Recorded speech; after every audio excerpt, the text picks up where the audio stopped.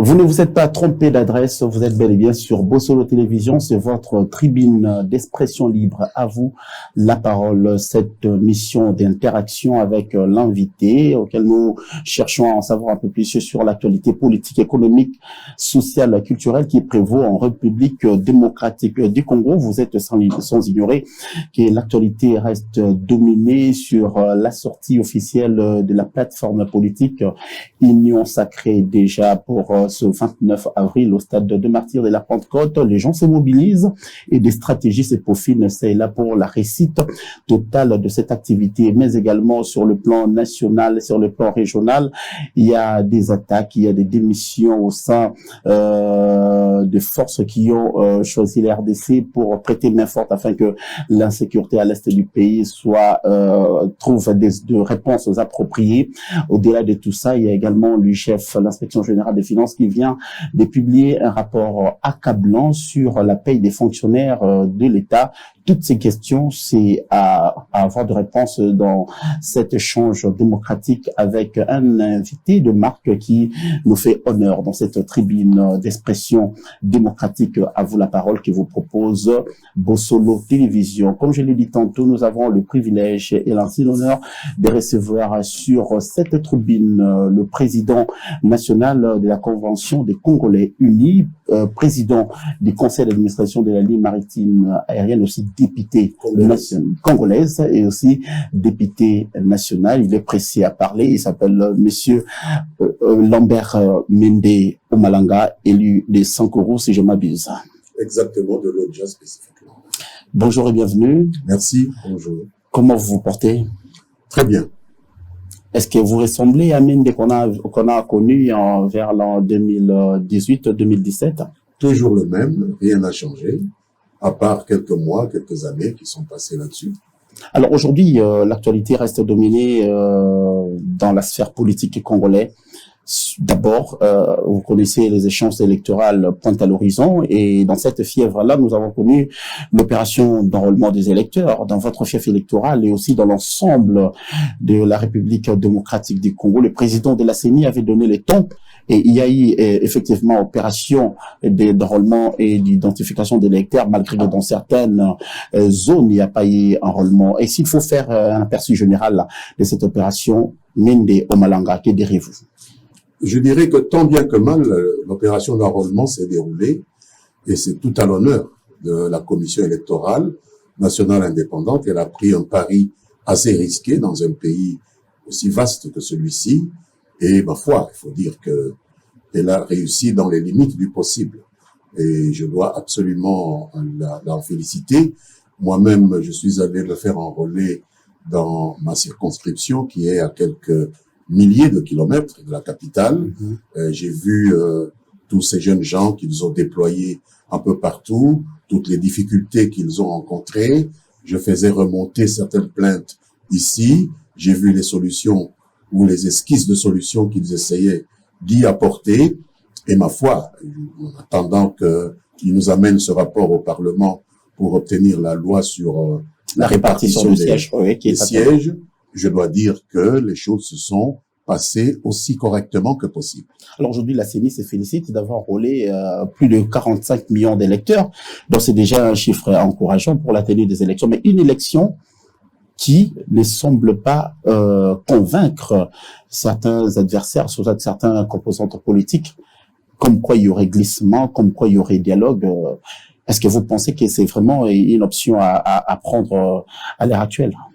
Je pense que la CENI en attendait 49 millions. Ils ont fait 45 millions dans un pays où il y a une guerre atroce qui nous est imposée dans une partie du pays. Cette performance de 45 millions sur 49 millions me paraît assez importante pour être considérée comme une victoire. Je pense qu'ils ont réussi. Au-delà de la victoire, il y a aussi les contraintes, il faudra relever. Alors, ceux qui disent qu'ils ne veulent pas participer, vous savez, l'élection dans le droit positif congolais, ce n'est pas une exigence. On peut aller à l'élection, on peut ne pas y aller. Et donc, s'il y a des gens qui ne veulent pas aller aux élections parce qu'ils ne sont pas prêts, libre à eux. Mais je considère que sur 49 millions, que 45 millions se soient déclarés prêts à exercer leurs droits de citoyens, c'est quelque chose qui indique que à plus de 90%, les Congolais sont prêts à répondre à ce devoir civique. À une nation dite démocratique, vous pensez qu'une frange de la population ne participe pas à une échéance électorale? Ça sert à quoi la crédibilité de cette échéance? Tout dépend de la significativité de cette frange. 45 millions. Je parle des opposants qui ne sont pas d'accord, peut-être par rapport à la configuration de la CENI, la manière dont les choses se sont déroulées et la manière dont les opérations se sont déroulées avec les enrôlements des mineurs, avec les enrôlements de ceux qui ne sont pas congolais. Ça, ce sont des considérations. Je pense qu'on va vite en besogne parce que parler des enrôlements des mineurs, de ceux qui n'auraient pas dû être enrôlés, c'est un débat qu'on peut avoir après le nettoyage du fichier qui n'a pas encore eu lieu, à ma connaissance. Je pense que c'est lorsqu'on nettoie un fichier électoral qu'on peut s'apercevoir s'il y a eu effectivement un nombre important de personnes ne devant pas être enrôlées qui ont pu être enrôlées. C'est une étape qui est prévue dans le processus d'enrôlement. Donc, il ne faut pas mettre la charrue avant les bœufs. Il faut attendre que ce nettoyage puisse se faire pour accuser la CENI de je ne sais quelle forfaiture. Alors, vous êtes membre de l'Union sacrée, si je dois le dire ainsi, oui. Hier du Front commun pour le Congo. Aujourd'hui, oui. Pourquoi cet revirement? Les raisons ont été expliquées sur ce plateau. Nous avons décidé librement, il y a quelques 2 ans, je pense, de quitter le Front commun pour le Congo pour l'Union sacrée de la nation parce que le président Félix Tshisekedi, qui était avec nous en alliance, avait considéré que la façon dont les connexions étaient faites entre... Vous parlez de quelle alliance, M. Mende? FCC cache, naturellement. Nous avons une alliance avec Félix Tshisekedi. Ah, il vous a qualifié de son partenaire. Bien sûr. Voilà. Il y a eu des critiques vis-à-vis de la façon dont cette alliance était portée et nous avons estimé qu'il avait raison de trouver questionnable cette façon de porter les alliances. Nous ne sommes pas sortis de cette logique-là. On a compris qu'il faut continuer à travailler ensemble. Il n'y a rien de changé, rien de nouveau sous le soleil. C'est tous les Congolais qui se mettent ensemble. Bien sûr, il y a une partie de FCC qui est restée à côté, mais en toute démocratie, comme vous l'avez dit, l'existence d'une opposition n'est pas quelque chose qui devrait nous énerver outre mesure. Est-ce que vous avez accueilli à bras ouverts ou soit il y a encore des réticences à l'interne quand on voit un Mende qui hier était du Front commun pour le Congo débarquer d'emblée à l'Union sacrée? Est-ce qu'il y a des réticences? On s'est dit, mais est-ce qu'il est venu lorgner et puis répartir ou soit il est venu véritablement servir la nation aussi et prôner les intérêts de la nation? De telles réticences seraient, ma foi, assez contradictoires par rapport à l'idée même de l'Union sacrée de la part de celui qui a lancé cette idée. Mais vous avez aussi des critiques acerbes de l'endroit de ceux qui vous ont vu hier de l'autre côté aussi changer des camps. C'est ceux qui sont restés qui émettent des critiques. Ceux que j'ai rejoints dans l'Union sacrée se félicitent de m'avoir eu, avec d'autres camarades, une majorité d'ailleurs, d'élus de l'ancien FCC qui ont débarqué avec armes et bagages dans l'Union sacrée de la nation et nous les attendons à bras ouverts. La critique est toujours aisée, vous savez. Vous parlez, ceux qui vous ont reçu, c'est réjoui d'avoir Mende comme étant meilleur joueur. Pas m'avoir moi, mais d'avoir un nombre significatif d'élus de l'ancienne majorité parlementaire qui a compris le message du président pour élargir sa base de gouvernance. Alors aujourd'hui, qu'est-ce que vous représenterez à l'Union sacrée tant que Mende Malanga? Je représente une force de proposition. Dans une démocratie, il est important que les idées puissent se mettre ensemble pour pousser l'attelage vers l'avant. Et donc, il est important que des idées puissent se regrouper dans le bon sens. Je pense qu'il est important que chacun qui vient apporte une pierre à la construction de l'édifice commun. Aujourd'hui, encore, il y a des gens de l'ancienne majorité qui nous rejoignent, qui se rendent compte que nous avions tout à fait raison de quitter le navire à l'époque où nous l'avions quitté et qui donnent raison donc à la démarche qui fut la nôtre. Et ça sera comme ça dans la vie politique congolaise. Le politicien qui navigue de part d'autre, si ça ne marche pas, on change de cap. Ou soit c'est vraiment l'idéal politique qui vous amène. Pourquoi réduisez-vous cela à la vie politique congolaise? Moi qui ai fait le tour du monde entier, je sais que la transhumance politique est une donnée qui existe partout Et on ne peut pas rester constant. Que ce soit en Belgique, que ce soit aux États-Unis. Et la constance n'est pas, c'est pas. Qu'est-ce que vous appelez constance? La constance vis-à-vis de quoi, monsieur? La constance, c'est vis-à-vis d'un idéal. Moi, je suis lumumbiste. Dès lors qu'il y a un idéal lumumbiste, nationaliste, quelque part, je m'accroche à cela. Lorsque un républicain aux États-Unis rejoint un président démocrate parce que l'intérêt des États-Unis est en cause, est-ce qu'il est inconstant ou constant? Il est constant parce qu'il voit l'intérêt de l'Amérique. Moi, je vois l'intérêt du Congo, pas l'intérêt des individus. Je suis désolé. Que les autres ne défendaient pas l'intérêt du Congo hier. Aujourd'hui, vous avez vu que les intérêts du Congo... C'est pas les individus qui défendent les intérêts. Tout dépend du programme. Mais c'est ce que j'ai même dit tout à l'heure. Vous avez vu les intérêts du Congo qui n'étaient pas défendus hier. C'est les intérêts du Congo, mais vous parlez des individus. Moi, je ne vois pas les individus. Les intérêts du Congo n'étaient pas défendus hier, que vous défendez aujourd'hui. Bien sûr. Je dis que les intérêts du Congo peuvent être défendus par n'importe quel Congolais. Cher ami, qui vous dit que le Congolais X ne peut pas défendre les intérêts du Congo comme le Congolais Y hier? C'est défendu mieux aujourd'hui qu'hier. Je n'ai pas dit que c'est mieux ou que ce n'est pas mieux.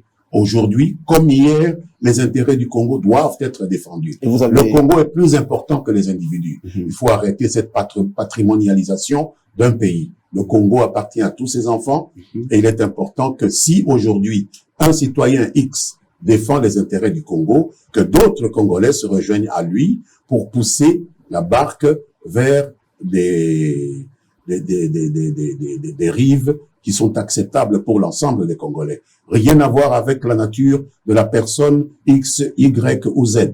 On n'a pas cité les noms des gens. Voilà. On a juste parlé de ce que vous avez. Non, parce que la tendance souvent est de personnaliser. Je suis dans des propos. On aime souvent les istes. Non, je suis dans les propos. Je suis dans les propos, monsieur. S'il y a des istes, moi je suis lumumbiste parce qu'il est déjà mort. Ce qui est vrai. C'est une idée que moi je défends. Ce qui est vrai, vous avez choisi le bon côté de l'histoire parce que vous allez vous réunir le 29 avril au stade de Martyrs. La mobilisation, comment ça se présente?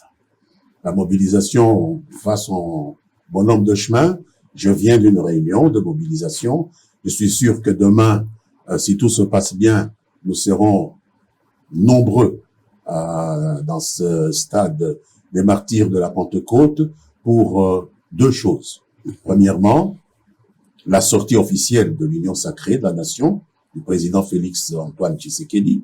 Deuxièmement, l'expression d'un message de solidarité envers les populations congolaises de l'Est de la République qui sont en train de ployer sous une agression la plus sauvage, la plus cruelle de la part du régime rwandais et de son président, M. Paul Kagame, qui n'a eu de cesse depuis 30 ans de nous rentrer dedans comme si, sans nous, il ne pouvait pas résoudre les problèmes de sa propre survie. L'idéal, c'était quoi? De remplir le stade avec des drapelés soutenant tel parti politique. Vous êtes le président de CCU. Quand vous voyez le public venir de partout, des 24 communes de la capitale Kinshasa pour remplir le stade de Martyrs, vous serez content. Mais au finish, ça sera pour quel message? Pour l'idée que vous avez vu, vous avez dit, ce que vous avez fait avant, c'était pas suffisant. Il fallait aller au stade pour remplir afin de faire passer quel message? Parce que on vous a vu, vous êtes signateur de la charte de l'Union sacrée.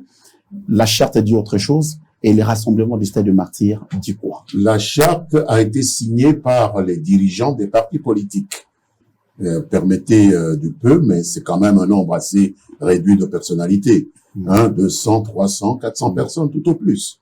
Le stade, c'est 80 à 100 000 personnes. Je suis sûr que le stade demain va déborder. On sera au-delà de ce nombre. Donc vous êtes dans le débordement. C'est tout ce qui intéresse l'Union sacrée. Pas tout ce qui intéresse. Ce qui nous intéresse, c'est de nous prouver à nous-mêmes que nous sommes suivis par un nombre significatif de Congolais. Vous aviez des doutes pour ça?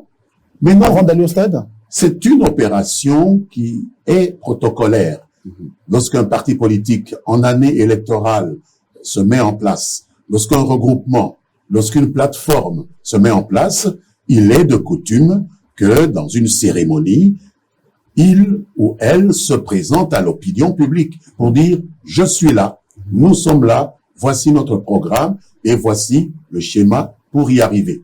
Et donc, avoir un nombre important de gens qui viennent vous écouter sans y être forcés, je pense que c'est une indication déjà première qu'ils adhèrent à l'idéal que vous poursuivez et ça suffit à notre bonheur. Les à côté, on verra comment est-ce que la mobilisation se passe. Mais l'idéal, c'est alors de remplir les stades et de faire passer son message. Mais à côté, quand on voit le présidium de l'Union Sacrée, oui. Quel est le problème que ça C'est une question que je vous pose, Monsieur Mende. Oui. Vous voyez le présidium de l'Union Sacrée, cette configuration, vous aspire quelle confiance? Mais il n'y a pas à faire de commentaires là-dessus. Chacun fait son lit comme il veut se coucher.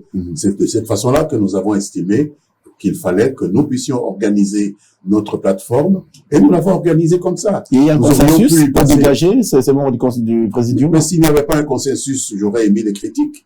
Et s'il y a d'autres qui émettent des critiques, jusqu'aujourd'hui, je n'entends des critiques que de la part de l'opposition, pas dans nos rangs. Donc, cela m'importe peu. Pour ceux qui sont contre nous, quoi que nous fassions, il y aura toujours quelque chose à redire. Mais nous qui sommes là-dedans, nous n'avons rien émis comme critique par rapport à cela. Alors, on vient je rentre un peu dans le cadre de la configuration politique actuelle. On parle de la géopolitique, on parle de tout ce qu'on peut parler pour se ressembler, pour donner l'identité de ce qu'on veut proposer à la population dans la gouvernance de la Res Publica. Aujourd'hui, Lambert Mende, il est PCA la régie de voies maritimes. Aux lignes maritimes congolaises, excusez. Et aujourd'hui, vous pilotez aux destinées de cette entreprise étant que acteur politique allié de l'Union Sacrée, ou soit on vous prend eu égard à votre compétence? Je suis entré à la présidence des lignes maritimes congolaises lorsque l'Union Sacrée n'existait pas encore. Le président Félix Tshisekedi m'a nommé président des lignes maritimes congolaises sur proposition de son prédécesseur, Joseph Kabila. Parce qu'il y avait encore FCC et Cash. C'est tout dire. Et on vous a maintenu. Et on m'a maintenu. Quelles sont les motivations? Vous avez mérité. Il faut demander à celui qui m'a maintenu. Je n'ai pas à me juger moi-même. Alors, Monsieur Lambert Mende Omalanga, l'actualité, c'est aussi la démission du commandant en chef de l'EAC, qui a quitté de son propre gré ou pas, on ne sait pas, une force qui semblait porter espoir après avoir ratifié à plusieurs accords pour que la paix revienne à l'est du pays. Cette attitude. La démission, c'est un acte volontaire.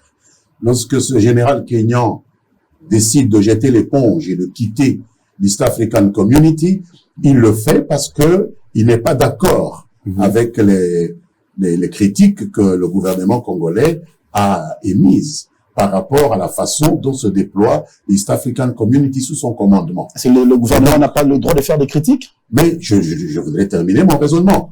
Le gouvernement fait des critiques conformément au point de vue de l'opinion publique congolaise.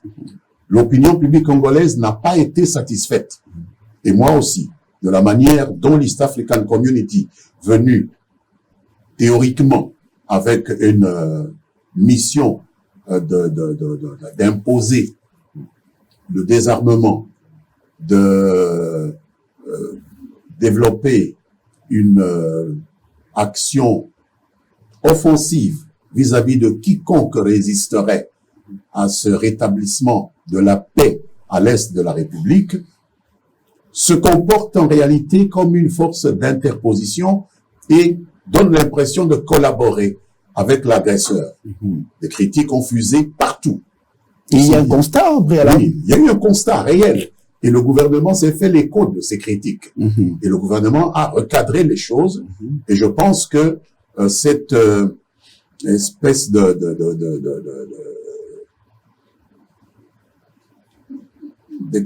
litige qui est né entre le commandant de l'East African Community et le gouvernement démontre que le gouvernement est sur la bonne voie, que le gouvernement est à l'écoute des intérêts du peuple congolais qui a souhaité qu'il y ait plutôt un mandat offensif et non pas un mandat d'interposition qui risquait de nous mettre dans une situation où on voulait créer comme des zones tampons entre les agresseurs et nous, ce qui revenait à favoriser le plan funeste de balkanisation de la République démocratique du Congo. Donc, il faut féliciter le gouvernement. Mais nous sommes dans cette démarche-là parce qu'aujourd'hui, on voit il y a certains territoires où les FARDC sont inopérationnels, là où la force régionale est en train de surveiller. Est-ce que l'option de ratifier à cet accord était salutaire pour la RDC? Mais si aujourd'hui le commandant de la force a démissionné, c'est que la mise en œuvre de la force ne s'est pas faite conformément à l'option prise par le gouvernement. C'est pourquoi le Et gouvernement... ça sera quoi la nouvelle donne? Attendez, laissez-moi terminer. C'est parce que le gouvernement lui a rappelé qu'il s'écartait des options fondamentales que cet officier a démissionné, puisqu'il est au service du gouvernement. Et donc, on lui a dit qu'il s'écartait de l'option et que donc, il fallait absolument qu'il jette l'éponge. Et il a jeté l'éponge. Donc, probablement, le gouvernement va avoir le moyen de se voir désigner un autre officier dans l'espoir que cet officier suivra les options qui ne sont pas nécessairement celles de mettre en place une zone tampon qui revient à faire le jeu de ceux qui voudraient balkaniser la République démocratique du Congo. Mais dans l'entretemps, Paul Kagame continue avec ses exactions à l'est du pays. Je n'ai pas justifié les actions d'un criminel comme Paul Kagame. Je les condamne, vous les condamnez, tous les Congolais le condamnent. Paul Kagame, bientôt, va entrer dans la poubelle de l'histoire. Donc, ne me demandez pas de justifier ces actions. Mais aujourd'hui, quand on voit Mouchigouabo à la tête de l'EIF, ça prêterait pas confusion, M. Mindé. Il faut demander ça au président Macron. Nous avons appris avec une grande surprise, qu'on voulait forcer même notre administration électorale à présenter les rapports qu'il va venir présenter au Parlement, oui, à l'Organisation internationale de la francophonie. C'est ce qui a été. Mais attendez, lorsque nous regardons celui qui est au sel, qui est à la tête de l'Organisation internationale de la francophonie, excusez du peu, c'est Louise Mushikiwabo, qui est membre de la phalange, on va dire, la plus extrémiste, pour employer une sorte d'euphémisme, la plus extrémiste du FPR rwandais. Et donc, ça, nous revenons un peu au schéma que nous avons, duquel nous sommes sortis, où on nous obligeait de présenter la liste des armes que nous voulions acheter. C'était une sorte d'embargo déguisé. Donc, on veut nous mettre sous la coupe de l'ennemi qui nous agresse. Donc, présenter notre liste à une organisation internationale de la francophonie dirigée par une phalangiste rwandaise, c'est nous amener à présenter à Kagame la liste de nos électeurs, comme lui demander de contrôler nos élections. Nous ne pouvons pas conseiller, moi comme législateur, je ne peux pas, je me refuse à conseiller au gouvernement de mon pays d'adhérer à ce schéma-là, de présenter la liste de nos électeurs ou les rapports de l'administration électorale à une organisation internationale dirigée par une phalangiste pro-Kagame. Ça, en tout cas, je ne l'accepte pas et c'est le point de vue de grande majorité d'élus au Parlement. Ah là, vous le dites, mais vous ne dites pas la décision. Vous n'avez pas la décision. C'est le gouvernement qui Et qu'est-ce que le gouvernement pense à ces sujets? Bien sûr, je parle ici pour que le gouvernement puisse inciter le gouvernement. La température. Je dis au gouvernement qu'il faut éviter cela. Ça, c'est mon rôle. Moi, je n'ai pas à décider. C'est au gouvernement à décider, mais nous nous opposons catégoriquement à ce qu'une phalangiste de Kagame puisse contrôler, ne fût-ce que de manière même symbolique, le processus électoral en République démocratique du Congo, puisque c'est notre agresseur. On ne peut pas lui donner cette possibilité-là de le faire. Mais vos déclarations... C'est comme si on faisait le jeu... Vos déclarations semblent comme si on faisait le jeu de nos agresseurs. Mais vos déclarations semblent comme des pétards mouillés. Et pourquoi vous n'allez pas directement à des faits, quitter la francophonie une fois pour toutes? Ça donnerait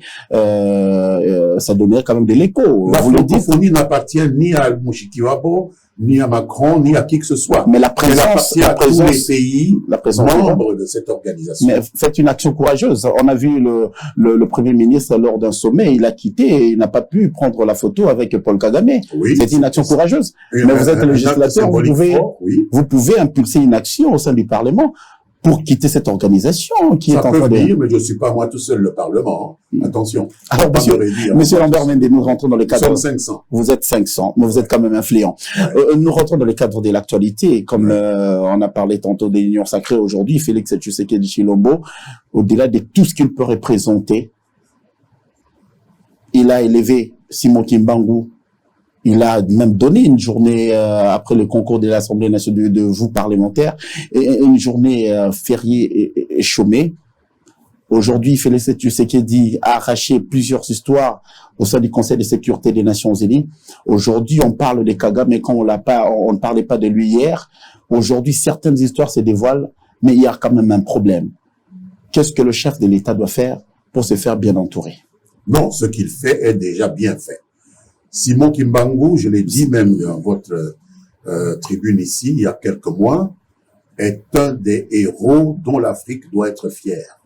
Nous avons... Et cette reconnaissance-là, son pesant d'or. Nous avons avec raison salué l'héroïsme de Nelson Mandela, qui a fait 26 ans en prison en Afrique du Sud, mais nous avons oublié un peu vite que nous avions ici, en République démocratique du Congo, en 1921, donc peut-être 4 décennies avant Nelson Mandela, un Congolais qui a fait la prison en pleine période coloniale, qui est mort en prison parce qu'on l'a condamné en 1921 à Banzangoulou, et il est mort en 1951 à Elisabethville en prison. Ça dit qu'il a fait 30 ans, ça dit 4 ans de plus que Nelson Mandela. Donc Simon Kimbangu a fait plus d'années en prison. C'est le plus vieux prisonnier du monde.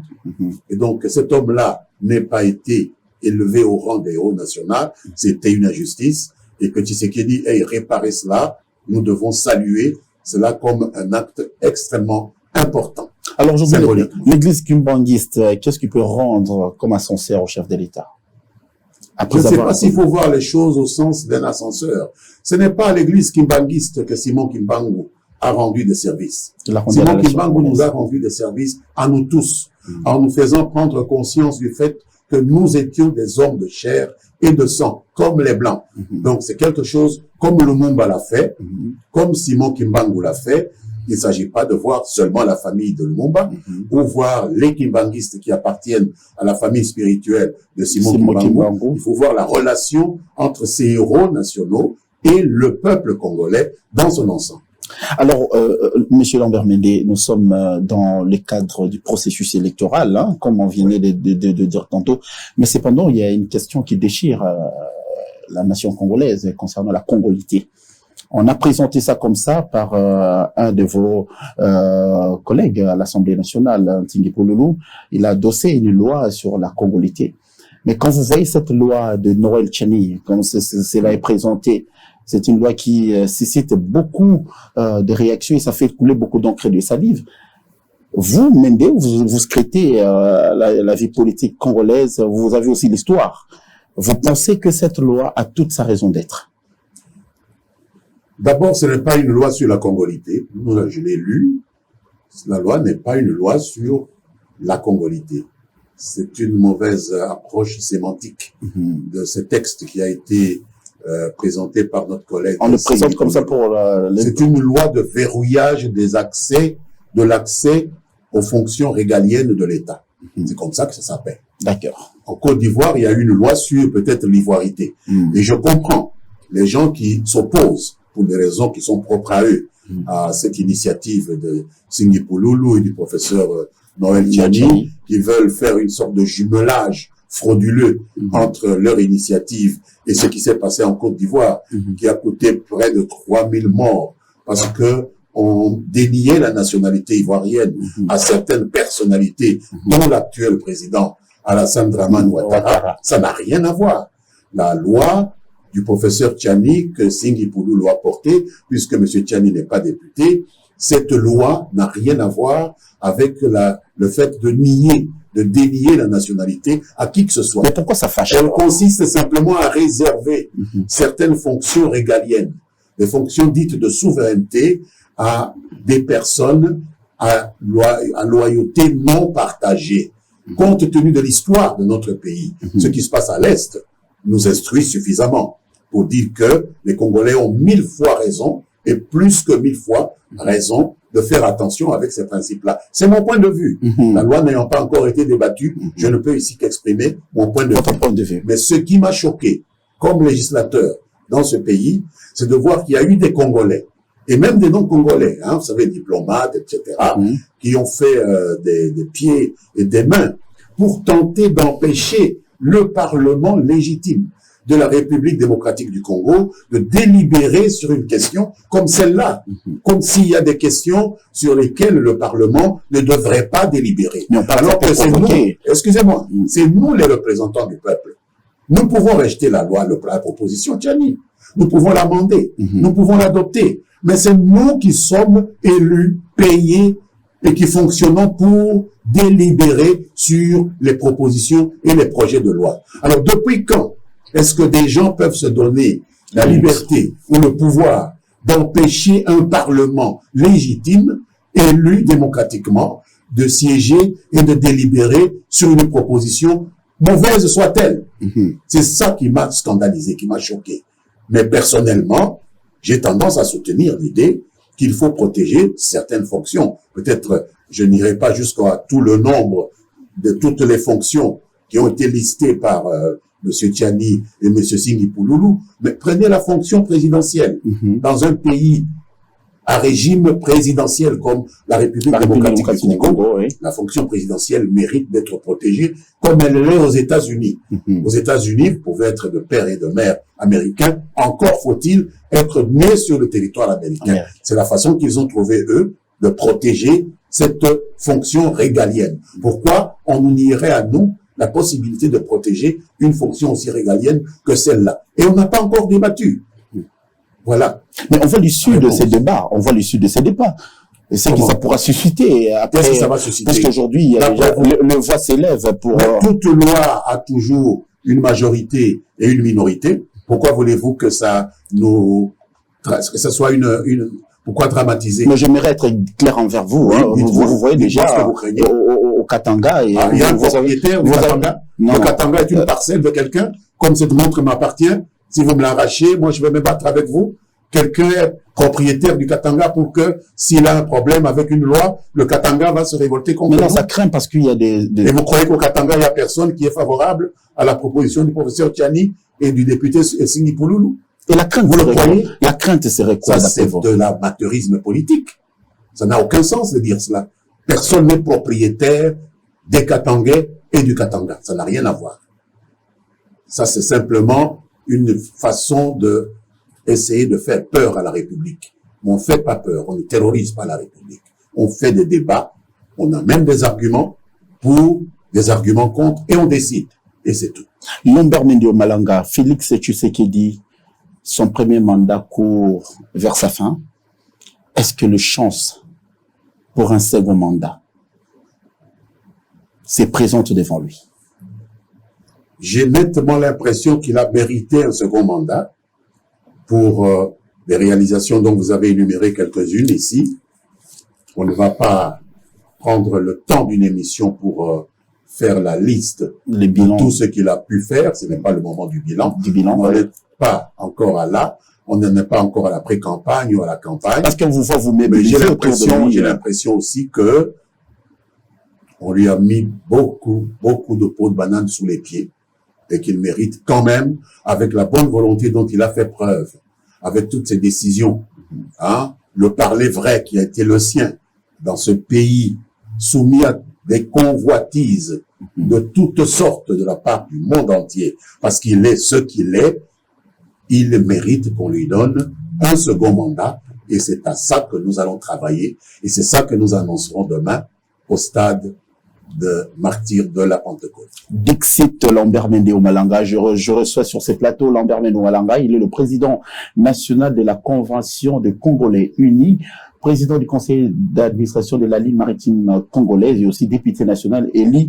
de l'Odja à Sankourou. Et je crois que je vous ai bien présenté, monsieur Lombert Mendy, et nous acheminons vers la fin de cette exclusivité. Vous avez suivi un rapport accablant de l'inspection générale de finances, UGF, de Gela Lingueté. Oui.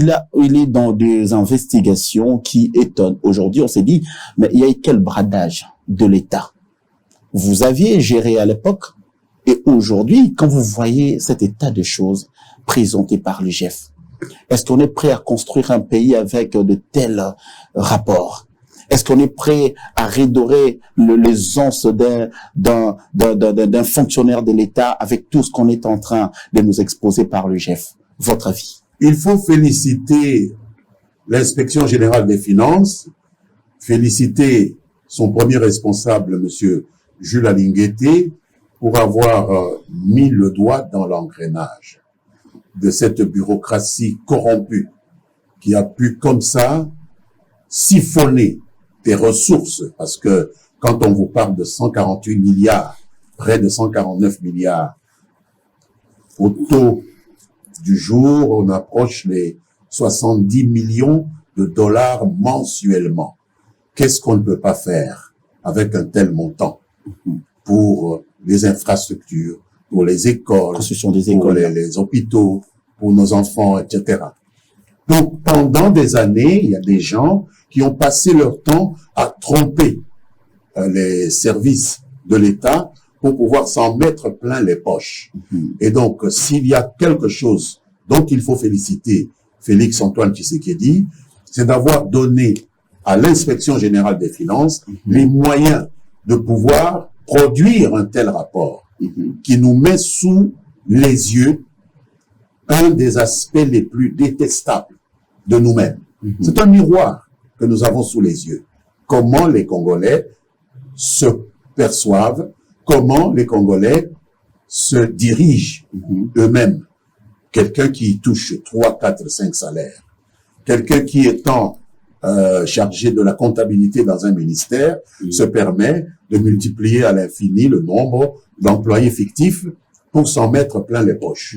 Et je voudrais que la justice puisse reprendre le flambeau après l'inspection générale des finances pour sanctionner aussi sévèrement que possible les auteurs de ces graves délits, parce que on est là en face de délits extrêmement répréhensibles. Voilà mon point de vue. Alors je dis, Lambert Mende, s'il faut donner un sens aux fonctionnaires de l'État congolais, que devrait faire le chef de l'État, mieux le gouvernement de la République? Mais je pense que c'est déjà un pas en avant que de découvrir ce trou par lequel s'opérait un coulage aussi important des recettes affectées aux rémunérations des fonctionnaires. Si maintenant on peut reporter cette masse salariale sur l'ensemble des fonctionnaires qui sont en fonction, répartir cela, ça c'est au gouvernement à le faire, au ministère du budget, au ministère des finances, au ministère de la fonction publique. Je pense qu'il y aura une amélioration parce qu'il y aura moins de détournements et il y aura certainement beaucoup plus d'aisance dans le chef de ceux qui ont pour charge de travailler dans notre administration, dans notre armée, dans nos hôpitaux et dans nos différents services publics. Eli Sonkourou à Lodja, Eli de Lodja Sonkourou. Est-ce que vous regrettez d'avoir quitté le FCC? Non, pas du tout. Pourquoi? C'est une question de curiosité. Non, je ne regrette pas. Mende reste toujours la personne au verbe facile? À vous de juger si mon verbe est devenu difficile ou laborieux. Mende reste toujours ce perroquet national? À vous de juger. Si quelqu'un me fait dire ce que j'ai à dire, moi je dis ce que je pense et je pense ce que je dis. Croyez-moi. Lambert Mende Malama, merci d'avoir répondu à notre invitation. Nous vous remercions très sincèrement de nous avoir suivis de partout à travers le monde. C'était l'honorable Lambert Mende qui nous a fait le privilège et le plaisir de participer à cette tribune d'expression républicaine et démocratique. À vous la parole. On se retrouve dans un prochain numéro sur Bosolo Télévision. Au revoir.